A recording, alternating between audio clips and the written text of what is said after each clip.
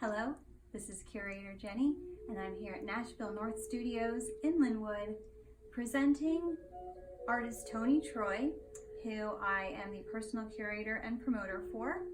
And inside here we have a lot of original pieces. If you didn't make the exhibition, you're going to get a chance now to see everything that you may have missed. And to everyone that has come out and seen the exhibition, we thank you so much for your support. And we can't thank Judy and Jim enough, the owners of Nashville North Galleries, for their hospitality and all of their amazing hard work that they put into each monthly exhibition that they do. Come on in.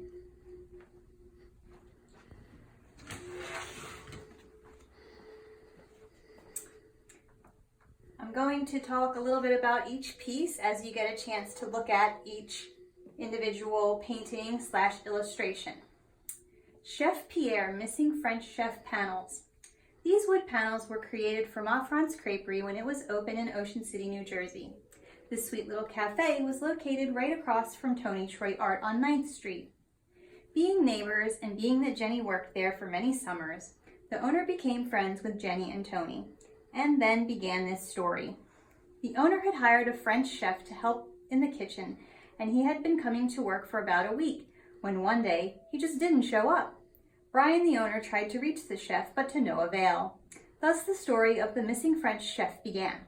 Brian and Tony began making up tales as to where the chef may have gone. Was he touring the world? Was he making the secret guest appearances in different places?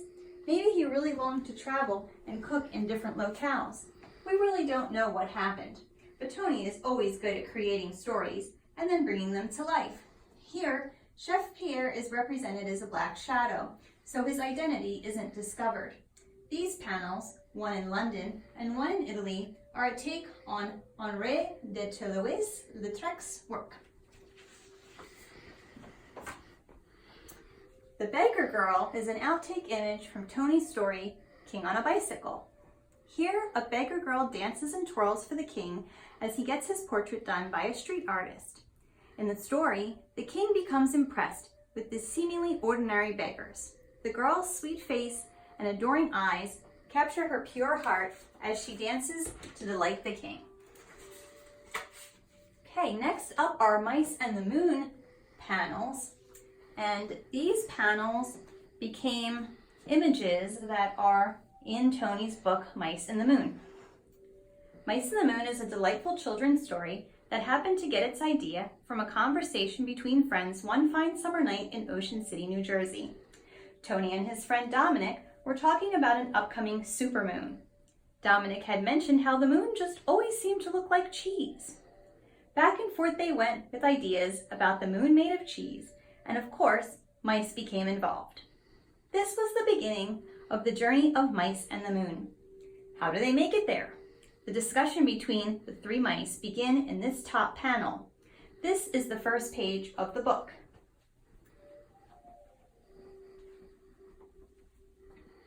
Below, wood panel. Mice kind reaches for the moon.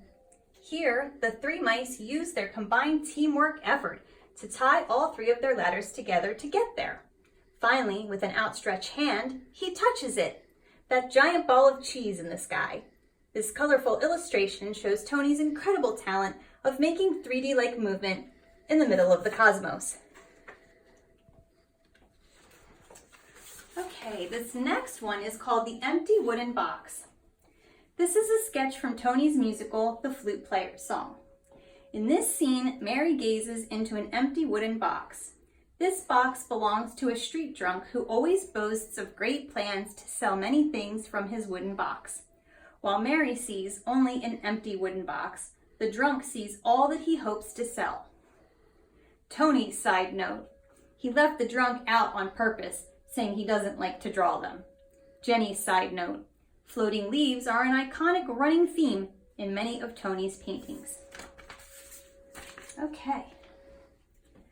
This next one is called The Calling, and it is an illustration that was done for the book Deus and Other Imaginings, which I have a copy of here. I just want you to pan over real quick to this. And this, I think, is available on the Oracle Institute Press's website, and I think it's a .org. It may be available on Amazon, but I'm not entirely sure. And you can definitely get it also from our webpage, our website, tonytroyart.com, which is an Etsy page that has a lot of our posters and greeting cards and all kinds of cool Tony Troy stuff. Okay. All right, back to the calling. This is an illustration done for the book Deus and Other Imaginings, written by Valerie Tirico and published by the Oracle Institute Press. Between 2010 and 2011, Tony created a series of illustrations for this book that was published by the Oracle Institute Press, which I just said. I'm really sorry. This was Tony's first set of illustrations that were to be published. The models used for each illustration features local people that Tony would ask to pose as he photographed them in the position needed for each design. The cool blues and browns give this painting a fresh feel of nature, as the circle represents the world she is in now. Outside the circle, we see her journey to her father as the story reveals. Okay. Next up, the Rent Collector. And this is actually the only oil painting in this whole exhibition. I wish I talked more about what each piece was made out of, but if you have any questions about that, you can always reach us too, which I'll talk about in the end. The Rent Collector, which is the painting you see here, is a story that is currently a work in progress. This oak tree was a real tree found on one of Tony's bicycle rides through the streets of Savannah, Georgia. He found it to be quite magical and wanted to capture it. The tree needed a story too, of course, so Tony added the fox and the colorful rooster looking at each other. Here, we can see how the artist takes your eyes into spaces on the canvas that implore you to journey a bit between the eyes of the creatures and then back around the bottom left-hand side as the river flows back into the scene. Tony's not sure who the Rent Collector is yet. Do you?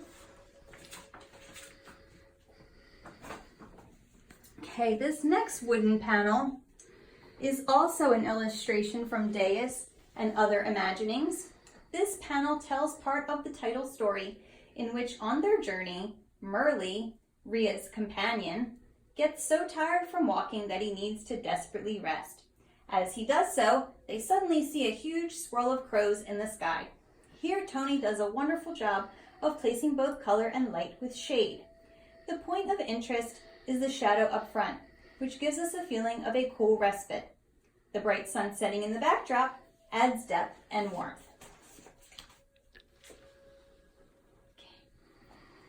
This next beautifully framed illustration is also from Deus and Other Imaginings.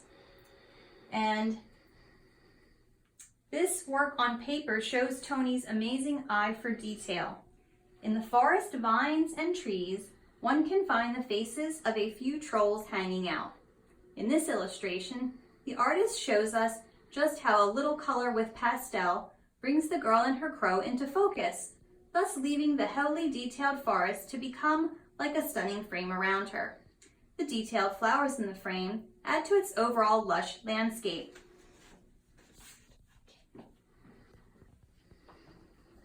Okay, these next three images are from Tony's upcoming book called King on a Bicycle. This lovely English tale has many illustrations that are done in sepia with some pastel to add a little splash of color. This one is called The King's Portrait. The artist, in fear of losing his head, has taken his time doing the king's portrait. He took so long that the king's coat has turned to rags. His hair and beard have grown and become matted, and now the finished portrait looks not like a king leading his army off to war, but a beggar sitting on a wooden box. Okay, and then the next two really is the bottom one.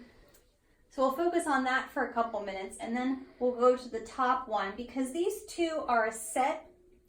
I mean, all three of them are really, because they're from the same book, but these two especially are very interesting because we can see how the artist began his idea and concept for the image that he wanted to portray, and then finished it up at the top.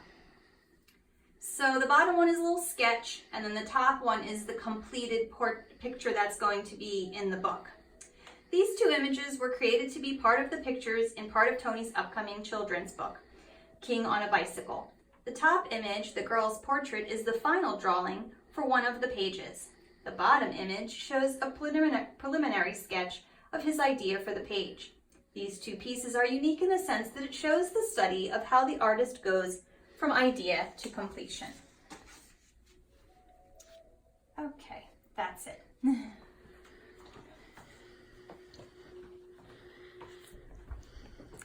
Okay, so I just wanted to say that if anybody was interested in purchasing any of the wonderful illustrations and paintings that we have been exhibiting this month here at Nashville North Studios, feel free to contact us. We have a Facebook page, which is Tony Troy Art, and we also have email, which is tonytroyart@gmail.com. I thank you so much for tuning in and for checking out art, and we thank you for supporting the arts.